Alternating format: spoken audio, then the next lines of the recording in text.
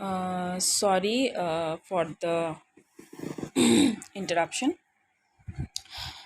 Due to some unusual reason video cut हो गया था. So this is the continuation of the previous video, that is shorter truth table method. So हम लोग और एक example हम लोगों ने लिया था. So let us try to solve it and construct a truth table with this shorter truth table method. Okay.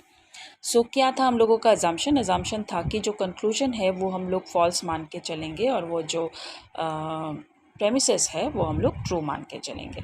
सो यहाँ पे जैसे there is a equivalence sign. So equivalence sign के लिए मैंने पहले ही आप लोगों को समझाया था कि अगर इक्वलेंस साइन हो तो फिर T T equals to T and F F equals to T होगा.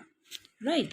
सो हम लोगों अगर दोनों साइड में हम लोग टी लेते हैं तो ये टी हो जाएगा, और अगर दोनों साइड में हम लोग एफ़ लेते हैं तो भी ये टी हो जाएगा.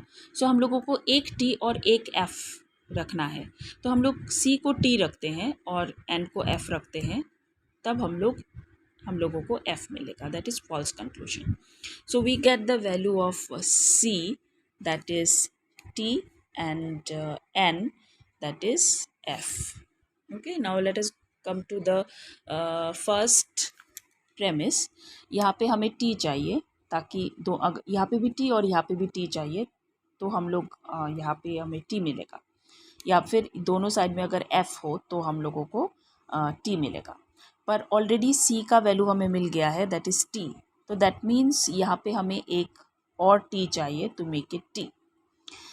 सो यहाँ पे भी अगर हम लोग किसी एक को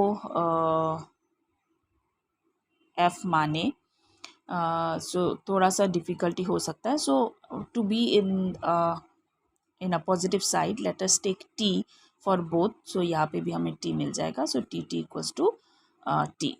now let us come here. T F equals to F as it is horseshoe sign. So अगर यहाँ पे ए के नीचे टी हो और डॉट में एफ़ हो तो फिर ये एफ़ हो जाएगा, पर हमें एफ़ नहीं चाहिए, हमें टी चाहिए. से इसीलिए हम लोग ए के नीचे टी लिखेंगे, ए का वैल्यू टी लिखेंगे, ताकि हमें यहाँ टी मिले, और यहाँ पे भी टी होना चाहिए, so that we get a T, not F. Okay. या फिर हम लोग उल्टा भी कर सकते हैं. अगर हम लोग यहाँ पे एफ़ लिख दे then we will be in the safe side.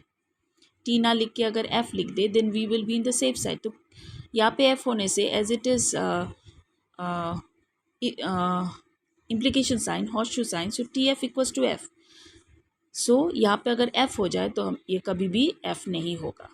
अगर एंटीसीडेंट में एफ़ हो जाए तो आंसर कभी भी एफ़ नहीं होगा in case of horseshoe. So to be in the safe side हम लोग टी ना लिख के यहाँ पे एफ़ करेंगे. दैट इज़ ए का वैल्यू होगा एफ़.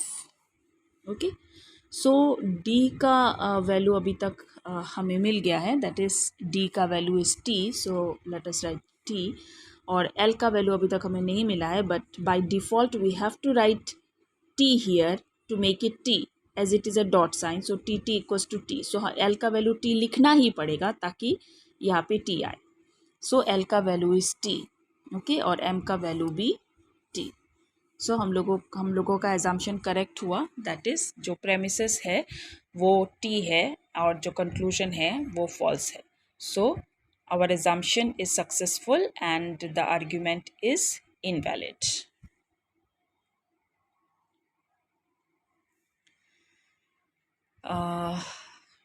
ओके. आई होप कि आप सबको समझ में आया होगा. मैंने कोशिश किया है कि मैं बहुत इजी तरीके से आप लोगों को समझा पाऊँ shorter truth table method, how to construct a shorter truth table. So फिर भी अगर कोई भी पॉइंट में कोई डिफ़िकल्टी है तो आप लोग प्लीज़ कमेंट करके मुझे बताएं, ताकि मैं फिर से आप लोगों के सारे डाउट्स क्लियर कर सकूँ. ओके. सो दोनों शॉर्टर ट्रूथ टेबल का वीडियो आप लोग देखें और प्रैक्टिस करें. जितना प्रैक्टिस करेंगे उतना ही अच्छे से आप लोग ये मेथड यूज़ कर पाएंगे. Okay. Have a nice day all of you.